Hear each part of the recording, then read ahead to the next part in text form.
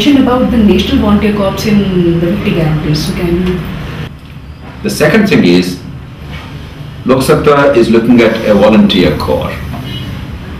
After guaranteeing that these millions of young people in all of India, maybe 20 million people, they are given the placement and a guaranteed income of not less than 5,000 or 6,000 rupees per month at least.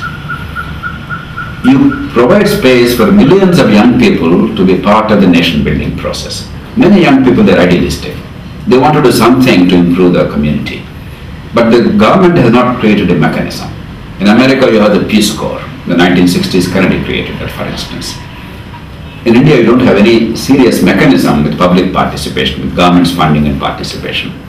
You create some kind of a national service corps. And you provide opportunity to all young people who would like to give some time voluntarily, let's say 2 years. It's voluntary, optional. If you want to give time, you don't have to worry about your livelihood during that period. We can spend, let us say, 3,000 or 4,000 rupees per month. You can give them a stipend just for the upkeep. This is not an employment, just for the upkeep. And you can work depending on the requirement in public services, maybe education, maybe healthcare, maybe fighting superstition in some pockets, maybe fighting corruption, maybe providing information to people, making right information a reality. Maybe infrastructure building, monitoring. In a variety of sectors, you require people. In government, if you have some people required, you can't recruit them overnight in India because our constitutional requirements, our public service commission, all these make it very cumbersome and complicated. Sometimes you don't require them for more than a year or two, and you can't employ them for a lifetime. In India, it's become a lifetime employment in government. So depending on the local requirements, they can be accommodated to suit their own interests and the requirement of the local government of the community. And for 2 years, they get paid in honorarium for their survival and upkeep. They don't have to depend on themselves or their families for survival. And after 2 years, they go back to their personal lives. Like that, in all of India, you can easily take about 1 million plus people, maybe 1.5 million people every year afresh. If you have 2 years of such a volunteer program, you have about 3 million people in all of India at any point of time. What will happen? In about 10 years' time, you have something like 150 million people who have had 2 years of intense exposure to the way the government works. They therefore become very effective citizens. They're not only concerned citizens, but they're also capable citizens. They're empowered citizens. They know the way the government works. They know the ropes.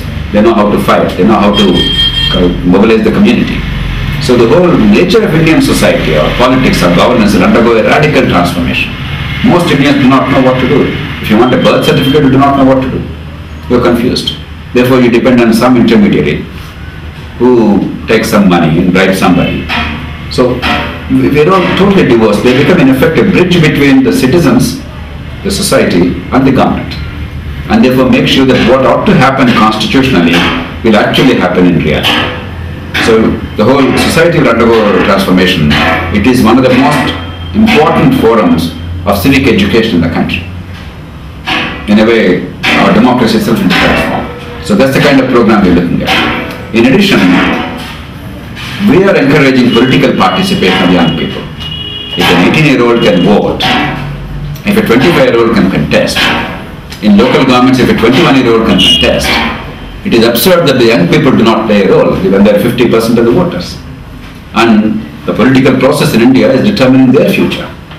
Not only do they constitute 73% of the population, 50% of the voters, but they also account for 92% of the total person years that they're going to live in this country compared to those who are above 35 years of age. So in a fundamental sense, the future is theirs. Therefore, they must participate in political process. Today, in the traditional political parties, it's only the sons and daughters of existing politicians who have any space. Otherwise, these are all merely the palanquin bearers. These are all the people who simply become the cannon fodder for politics. They don't have any opportunity to grow politically, to make an impact. Now, Lok Satta's primary goal is to make them the centerpiece of our politics. Lok Satta is a young party, a party with the youth. It's for new politics, for a new generation. And therefore, young people must be groomed for leadership and given opportunities for leadership. And they must actually govern India. And in Lok Satta, you'll see at least 50 to 60% people, they are young people who will lead. and at least 80% are young people who are the members of the party.